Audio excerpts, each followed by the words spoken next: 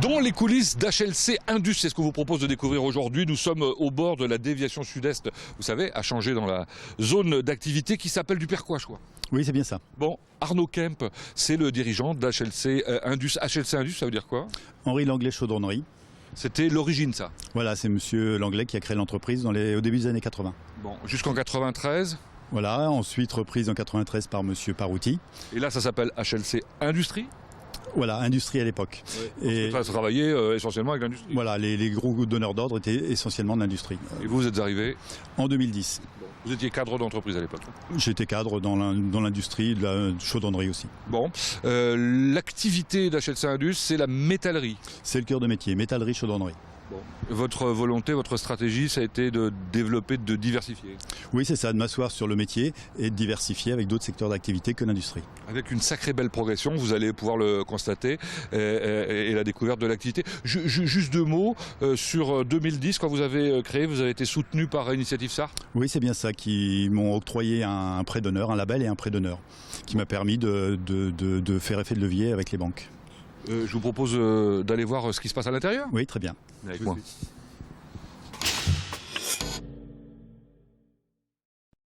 Allez, découvrons maintenant l'atelier. Peut-être avant de rencontrer l'ensemble du personnel qui est présent ici, deux mots, enfin ou deux chiffres plus précisément. Oui. Le chiffre d'affaires d'abord. Alors, un peu plus d'1,7 million. Combien de personnes travaillent ici? Bientôt 25. Dans un bâtiment de à peu près 1500 mètres carrés. Bon. Et puis certains d'ailleurs ne travaillent pas ici, ils sont affectés dans d'autres endroits. Non, il y a à peu près 30% du personnel qui est à l'extérieur, chez des clients directement. Alors les clients, qui sont-ils? Comment ça se répartit, on va dire, globalement votre activité? Oui, alors le skatepark à peu près 12%. Ça, on découvrira les skateparks un peu plus tard. Oui. Voilà, l'industrie mécanique, automobile 30%, le transport logistique 10%, l'agroalimentaire 15%, j'en oublie certainement. Bah, l'aéronautique, hein. Voilà, l'aéronautique 12% à peu près. Très bien. Voilà quelques-unes des fabrications, voire des conceptions qui sont réalisées ici. C'est quoi?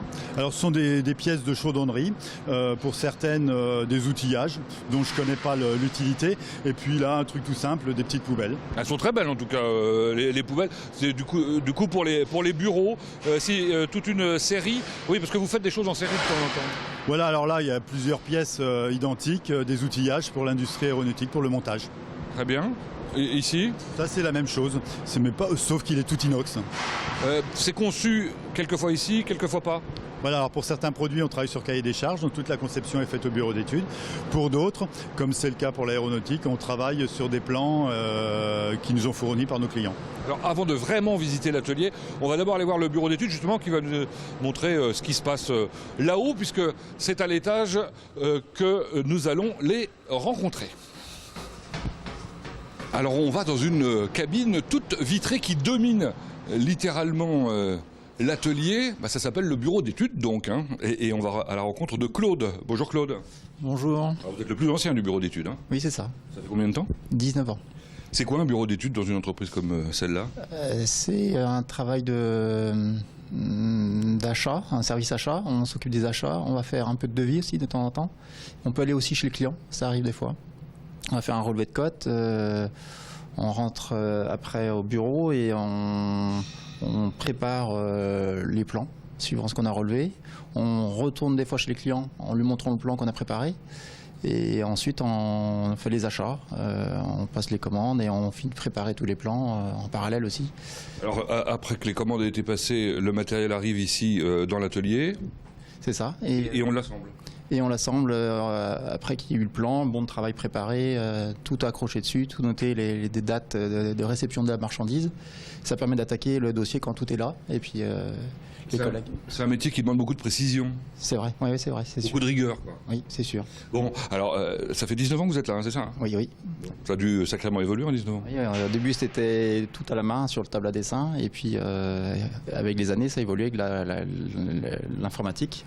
C'est mieux. C'est bien mieux, ça va bien plus vite. Il n'y a plus d'encre, plus de gomme. Hein. Maintenant, c'est tout en numérique. Alors, autre évolution, il y a eu la crise, hein, on le sait, à la fin des années 2000. Les clients sont éventuellement un peu différents aujourd'hui d'hier? Oui, on a de nouveaux clients. Monsieur Kemp nous a apporté des nouveaux clients. Il a fait rentrer un commercial qui nous a permis de faire rentrer des nouveaux clients, Classe, entre autres, Sourio et Densket est arrivé aussi.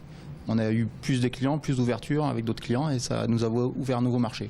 Et un bureau d'études du coup, qui a gonflé, hein. Vous êtes 3 maintenant, on va découvrir vos collègues. Oui, et grâce aussi à un nouveau client, c'est Oxitec. Il nous a donné beaucoup de travail et on a besoin de beaucoup plus d'informatique et de la 3D. Quoi.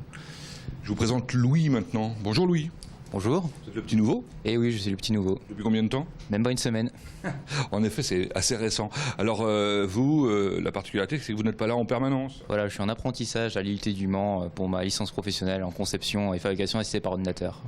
Vous connaissiez déjà l'entreprise avant ou pas? Alors rapidement, car j'ai fait mon stage de DUT chez GKN qui travaille aussi avec HLC Indus. D'accord. Et ça vous plaît de venir faire votre apprentissage ici? Ah, complètement, car en même temps, on insère la 3D ici, donc c'est un plaisir de venir ici. Ah oui, ça c'est l'évolution évidemment. La 3D, il faut savoir la maîtriser. J'imagine que Guillaume la maîtrise. Bonjour Guillaume. Bonjour. Alors, vous aussi, vous avez connu un parcours d'alternance. Oui, exactement. J'ai fait la même formation qu'est en train de faire Louis l'année dernière, sauf que j'étais chez Renault, moi. D'accord. Et vous êtes venu faire votre stage ici? Oui, mon stage de DUT, je l'avais fait ici, donc environ 10 semaines. Et donc, je suis revenu après ma licence. Donc ça veut dire qu'on doit y être bien alors? Ah oui, très bien. Ouais. Qu'est-ce que vous trouvez de différent entre ici et une grosse entreprise comme celle que vous nous avez citée il y a un instant? C'est la polyvalence dans les tâches qu'on a à effectuer. Les choses sont variées, c'est beaucoup moins répétitif. Bon. Alors on va voir si c'est le cas aussi dans l'atelier, qu'on va maintenant découvrir. Bon, on va voir donc comment se fabriquent toutes ces choses qui étaient conçues par le bureau d'études avec Dominique Leduc. Bonjour. Bonjour. Vous êtes le responsable de l'atelier. Il y a combien de gars qui travaillent là? On est sur une dizaine sur le site là, en ce moment. Ouais. Et puis il y en a d'autres donc, qui sont à l'extérieur, mais on aura l'occasion de le voir un peu plus tard. Qu'est-ce que prépare monsieur? Alors, le monsieur prépare un outillage pour l'aéronautique. On fabrique souvent des plans bien définis, un palonnier avec son chariot et on reçoit tout un ensemble de mécanique qui vient se greffer sur notre métallerie. Alors lui, il a une spécialité ou pas? La spécialité, il est chaudronnier, donc il a fabriqué tout son ensemble, toute la partie bleue, toute la partie peinture a été fabriquée par l'atelier. L'usinage a été fait en extérieur et ensuite on fait tout le montage avant le test de charge pour que ça reparte chez le client. C'est l'assemblage quoi en quelque sorte. L'assemblage, ouais. Donc ça c'est un poste. C'est quoi le matériel noir? Qui reprend un ensemble moteur d'avion. C'est un aide au montage au niveau de l'usine. Est-ce que vous avez 3 minutes pour vous balader avec moi dans l'atelier? On va se faire un petit plaisir, on va faire un tour. On va faire un tour. Voilà, vous faites un tour déjà avec un flexible. On va découvrir les différents postes et puis peut-être en même temps d'autres fabrications qu'on n'a pas vues. C'est quoi cette espèce de chariot? Un chariot qui nous emmènera le palonnier qui est en montage actuellement. D'accord. Ça c'est quoi? Donc ça c'est pareil, c'est un autre type d'outillage pour l'aéronautique, un aide à la fabrication chez eux. Donc la totalité a été fabriquée ici? La totalité a été fabriquée, ouais, de A à Z. Le gars est parti de sa pièce. Alors, et l'ensemble a été monté comme ceci. On voit qu'il y a des plans un peu partout. Oui, parce que chaque gars étant polyvalent, on prend un dossier de l'origine pour l'emmener jusqu'à terme. Donc on a différents plans sur l'atelier. Qu'est-ce qu'il va faire lui par exemple? Là, il est en train de ranger toutes ses affaires. Ouais. Il vient de solder un chantier. Et ensuite, on a une modification de ces chariots qui sont devant. Ah, les chariots bleus, là? Ça, c'est une demande d'un client qui nous les a fournis pour des modifications. Donc, modification, c'est des chariots et peinture. Sur des chariots que vous aviez construits. C'est vous qui les avez construits? Pas ceci. Alors, on vous demande de modifier les chariots que d'autres ont fait? Ça arrive. Ça fait partie aussi du travail. Il n'y a pas que des produits neufs. Je vois un équipement de soudure. Il est soudeur? Tout le monde est soudeur ici. Tout le monde est soudeur, tout le monde est préparateur. D'accord. Allons un peu plus loin. Ah bah là aussi, décidément, on travaille beaucoup sur plan. Bureau d'études, on disait qu'ils étaient importants, mais voilà, on retrouve notre ami Guillaume. Aujourd'hui, toute pièce faite, puisqu'on travaille que sur du sur-mesure, on est obligé d'avoir des plans permanents.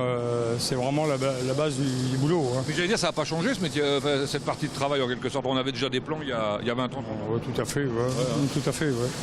Bon. Si vous voulez qu'on change, on robotise. Hein. C'est ça. On fait de la série ensuite, on n'est plus sur le même marché. Hein. Évidemment, là on est sur du sur-mesure, on est sur des pièces uniques. C'est quoi là qu'on est en train de fabriquer? C'est des pièces pour un carter de tour. D'accord. Bon, ça vous fait pas peur quand vous voyez des plans arriver comme ça? Bah, s'il me le sort en grandeur réelle, donc c'est bon, ça va me permettre de faire mon crocage et puis mon roulage, quoi. Bon, et vous avez travaillé sur quelle machine pour faire ça? Bah, sur la plieuse puis la rouleuse. On va découvrir tout à l'heure. C'est quoi derrière nous là, les deux grosses machines? D'abord celle-là. C'est une fraiseuse et puis ensuite un tour qui nous sert en dépannage aujourd'hui puisque l'usinage est quand même relativement pointu et on sous-traite beaucoup d'usinage en extérieur. Ouais, c'est plus simple. C'est vraiment un appoint pour des petites pièces. Là on va s'arrêter 30 secondes. C'est ce skatepark? Voilà. Non, ce module c'est une plateforme mobile pour 5-6 personnes à peu près qui va faire une hauteur de 500-600 mm. Cette plateforme a été équipée de panneaux bois hein, avec rambarde en partie fixe, en partie amovible. Donc finition peinture et puis voilà. C'est pour quel type de client ça? Pour l'industrie. D'accord. Toutes les personnes qui sont là sont polyvalentes. Ouais, voilà. Toute personne dans l'atelier prend un dossier, passe en face des billes, que ce soit des billes tubes, des billes tôlerie, et ensuite assemblage de tous les débits, laser. Là c'est une plieuse. Ah non, guillotine. Une guillotine. C'est quoi une guillotine? Guillotine, donc on cisaille de la tôle. On cisaille de la tôle, on met au format les différents modèles de tôle qu'on reçoit pour ensuite soit plier, soit assembler, enfin peu importe. Alors là, c'est l'étape après celle qu'on a vue tout à l'heure. Ça s'appelle le pliage. Voilà le pliage. Donc monsieur va introduire une feuille. Non, c'est une semi-numérique, donc le gars va rentrer ses données sur son tableau et puis ensuite faire sa pièce, plier sa pièce. On regarde effectivement le process. Le numérique est arrivé donc quand même. On est sur du semi-numérique nous quand même. Bon. Et ça, c'est quand des machines aujourd'hui qui sont bien plus récentes, qui sont superbes en termes de pliage. Après, il faut en avoir aussi l'utilité permanente. C'est vrai qu'au fur et à mesure qu'on investit dans de l'outillage, il sera de plus en plus récent. Mais on reste, nous, toujours sur de l'artisanal en pliage. Hein. Bien, on va le laisser travailler tranquillement. Et on va aller un petit peu plus... Il y a des machines partout. Hein. Une petite rouleuse, une rouleuse un peu plus importante également. Suivant ce qu'on nous demande, un cylindre, une courbe, enfin bon voilà. C'est quoi celle-là? Donc celle-ci c'est une machine, une semi-numérique aussi en termes de débit tube. Voilà, bon ça sert à la demande, sur de la série éventuellement. Bon et puis on termine le petit tour par un monsieur tout en blanc. Il est dans sa cabine. Voilà, donc ça c'est l'opérateur de fin, c'est la phase finale, hein. C'est la partie peinture. C'est souvent le poste ingrat dans le sens où il est toujours le dernier sur la chaîne et c'est toujours lui qui, suivant les délais, est obligé de... Bon. Alors donc il est dans sa cabine, il a préparé sa peinture d'abord? Voilà, toute sa préparation en amont, ses produits dégraissés et ensuite donc après et peinture de finition. Oui, ensuite après, donc c'est la couche d'après hein, dont on parle. Couche d'après, oui, tout à fait. Ouais. Et la finition va arriver en début d'après-midi maintenant, vu l'heure, il y a un temps de séchage et en début d'après-midi, donc couche finale.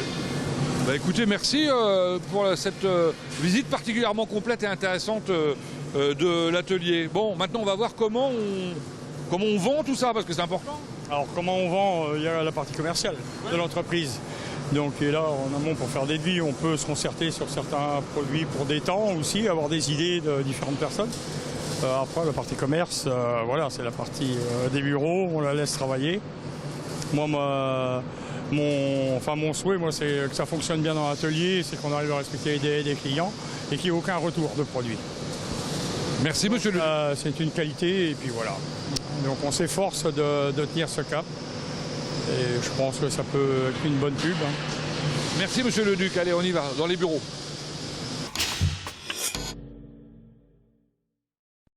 Bon, maintenant, on va découvrir comment on fait pour vendre ces produits-là. Parce que les fabriquer, c'est bien, mais il faut d'abord les vendre. Et ben voilà, justement, ils sont en pleine discussion. Bruno et Anthony, bonjour. Bonjour. Bruno, Anthony. Bonjour.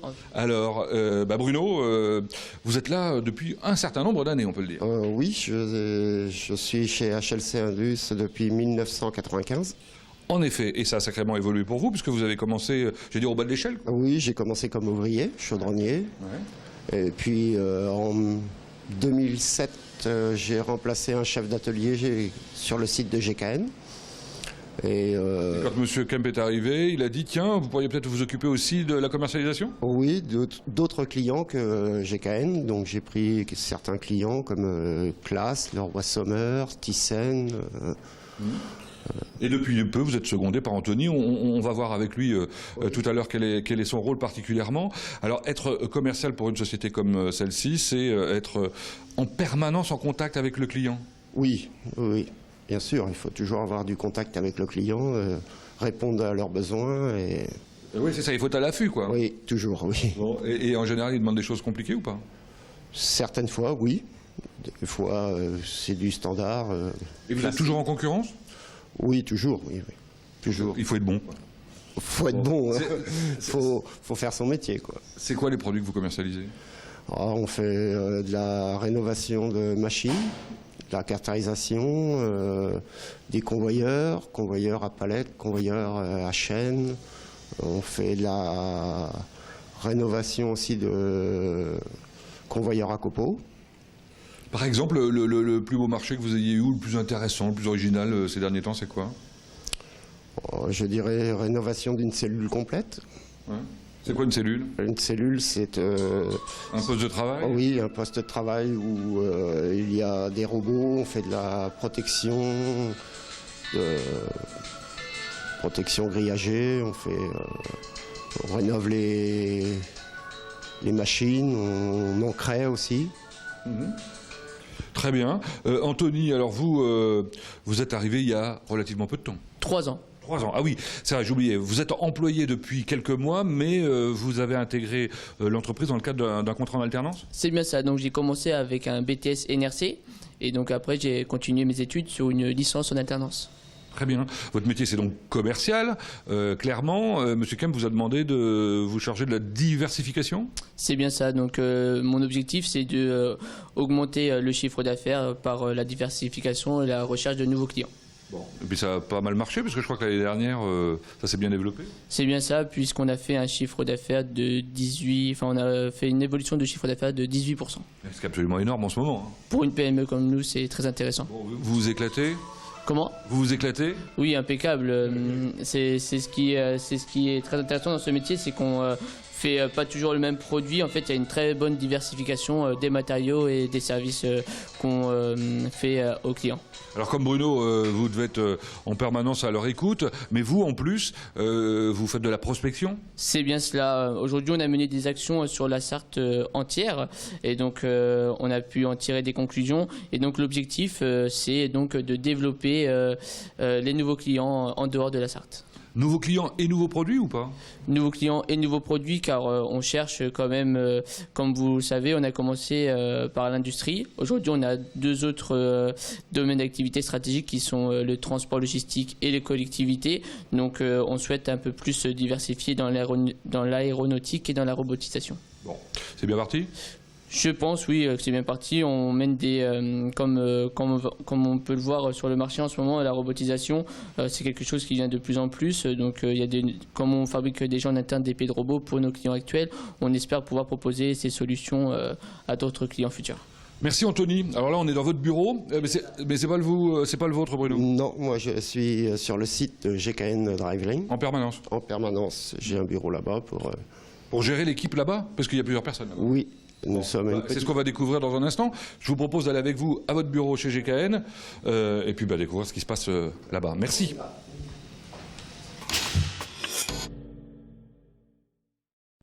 Miracle de la téléportation, nous voici chez GKN avec Bruno. Oui, c'est un peu chez vous là. Hein. Oui, un petit peu. Enfin, vous venez souvent là.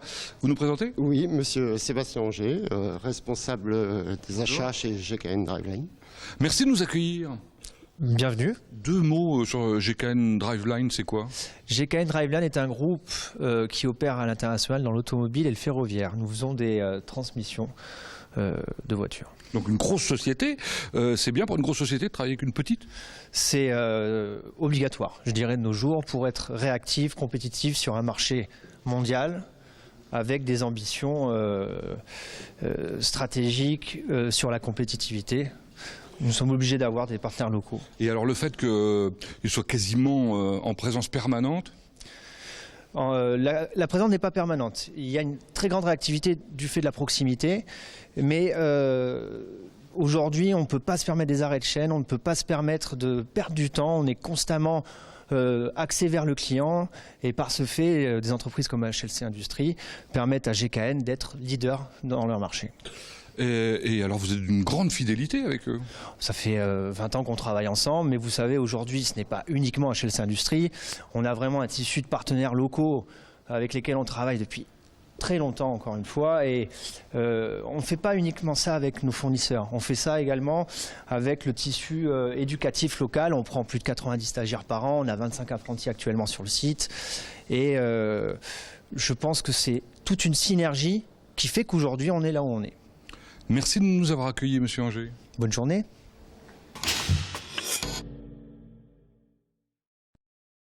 De retour dans l'atelier, parce que j'ai aperçu quelqu'un d'important pour HLC Indus. C'est un client, il s'agit de Michael Corvasier, bonjour. Bonjour. Alors on est devant, j'allais dire, une de vos réalisations, d'une certaine manière, ça s'appelle un skatepark. Tout à fait, c'est un skatepark, oui. Et vous, c'est votre métier? Exactement, c'est mon métier maintenant depuis 5 ans. À savoir que vous avez créé une société? Oui, une petite SARL donc qui travaille uniquement dans le domaine du skatepark sur le territoire national. Et qui s'appelle Eden Skate. Alors je ne sais pas si ça vous dit quelque chose. Eden, c'est carrément le paradis. C'est ça. Et donc il y a 5 ans, quand vous l'avez créé, vous avez rencontré HLC Indus? Oui, tout à fait. Donc étant d'Ivray-l'Évêque, HLC Indus changeait. Donc en fait la proximité était très importante pour apprendre le métier, quoi. Ouais. Le travail devait être efficace. Vos clients, qui sont-ils? Principalement les collectivités territoriales, nationales. Partout en France? Partout en France. Et alors, vous leur fournissez des skates. Alors là, il est assez grand celui-là, mais de toute taille? Exactement. Donc en fait, l'ensemble des réalisations est faite sur mesure, à la demande des clients ou des pratiquants. Mais qui choisit quand même d'une certaine manière sur une sorte de catalogue, quoi. Oui, tout à fait. Donc il y a une vitrine qui est le site internet où on représente énormément de modules individuels et aussi quelques implantations pour aussi diriger les collectivités sur leur choix, quoi. Bon. Celui-là, est-ce qu'on sait où il va partir? Oui, celui-là, il va à l'Espar-Médoc, au-dessus de Bordeaux. C'est une région plutôt sympathique. Bon, ça fait donc 5 ans maintenant que vous travaillez avec HLC Indus. Ça va continuer longtemps? Eh bien, espérons-le. En tout cas, pour l'instant, ça se passe à merveille. Donc, il n'y a pas de raison et on continue à progresser et à avancer, quoi. Donc, la société Eden Skate. Merci, Michael Corvasier. On va retrouver pour conclure cette émission Arnaud Kemp. Et voilà, toutes les bonnes choses ont une fin. C'est ainsi que se termine la visite d'HLC Indus. Merci de nous avoir invités, Monsieur Kemp. C'était avec grand plaisir. Alors, j'ai découvert du personnel très divers, notamment des petits jeunes qui sont en alternance. Vous appréciez a priori? Oui, tout à fait. Depuis quelques années, je me suis converti justement au bienfait de l'alternance pour l'entreprise et pour les jeunes aussi. Ça a l'air de le réussir. C'est le moins qu'on puisse dire. Alors, par ailleurs, originalité dans l'organisation de cette maison. Je vois personne pour l'accueil, le secrétariat, la comptabilité, ça marche comment? Alors, toute la comptabilité et le social est sous-traité dans un gros cabinet d'expertise comptable. Et puis toute la partie administrative est gérée par chacun des commerciaux. On a allégé au maximum la structure, quoi. Voilà, tout à fait. Dernière question, évidemment, normal, perspective d'avenir pour vous? Alors les perspectives d'avenir, c'est de continuer à refaire un relooking de la société au niveau des moyens et du visuel, et puis aussi de développer le portefeuille client en le multipliant et pour limiter les risques. Merci encore une fois de cet accueil. Quant à nous, on se retrouve prochainement pour de nouvelles coulisses quelque part ailleurs en Sarthe.